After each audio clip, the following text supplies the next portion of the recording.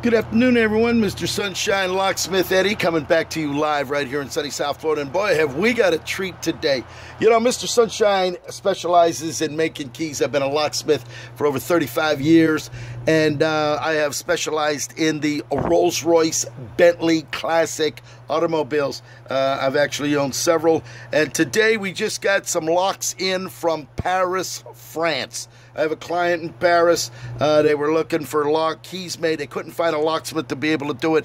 So he shipped the locks over to me today. And what we're going to do right now is we're going to make keys. I've already made the keys for these. These were just came in. We actually had to take it apart and make a key for it, as you can see. So we have those two done. So what we got to do now is we got to work on these. First and foremost, this had the front right, and this says front left. So this would be for left-hand door. This is a right-hand door. And what we're going to do is we'll just start with this one here. What we're going to do is we're going to take this lock apart. Now, these Rolls-Royce locks, very intricate. Everything is machine screwed. You can see we have the all the machine screws, the threads here. We're going to take the spacers off. We're actually going to take the nut off here. There you can see everything is done with machine screws, solid brass. These are Yale locks. So as you can see, this one has a little corrosion. But as you can see, this is this is actually a blank that we're going to be using to make a key for this lock. And what we have here, you can see the faceplate has 3 machine screws on it. So what we're going to do first and foremost, we're going to just give this lock a little lubrication. We're going to lube it up here on all the ends so we can at least get it a nice, get it prepared to be able to be dismantled. So we'll get this. You can see the polished, it's all brass right here, solid brass lock. So what we'll do right now is we'll try to get it, make sure we have the camera on it. We're going to go ahead and take the 3 faceplate screws off of here, which will expose the keyway along with, in fact, that's a little tight. There we go. These probably have never been removed since they've been on the factory.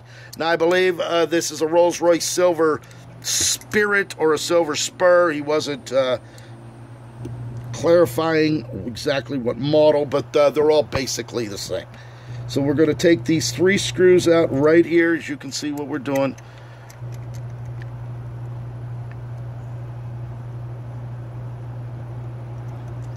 Everything on these automobiles are machine screws, threaded, a lot of relays, a lot of everything on here. We're actually going to move these out of the way for right now.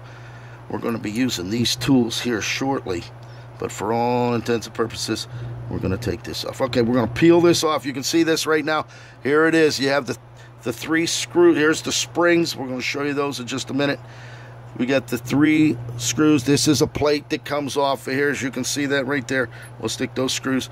And if we turn it around, you're going to see the faceplate. Now, I've worked on General Motors locks, Ford, Toyoters.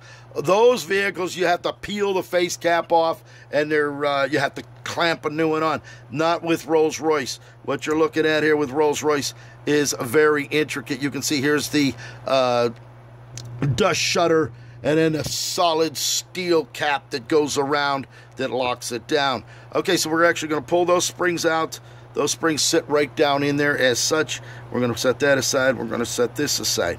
All right, so now what we got to do is on this lock, you can see this lock is held in, all right? If you're a locksmith, you have to understand that the cylinder is locked in, because when you put the key in and turn it, okay, unlike a General Motors or a Ford or a Chrysler old style, the cap actually holds everything on. If you were to turn it and pull it, you'd just pull everything out. Well, on this particular Rolls-Royce, this pin right here, you see that pin? There's a pin right there that locks it down inside to this to this core, the plug. So when it turns, it only turns a certain amount of period and turns left or right. So what we got to do, we got to get that pin out of there. All right, so what we're going to do is we're going to set this down. We're going to take a little hammer. We're going to take, I custom made a little screwdriver to be able to fit down in there. And what we'll do is we're going to take it around, and we're going to pop that pin out of there. We're going to have to push that pin out. in order for us. Oh, as a matter of fact, the reason we're taking that out, not only to pull the cylinder out, when you go to pick the cylinder or shim it, this shim is actually going to stop at that pin. So there's no way you're able to shim that lock at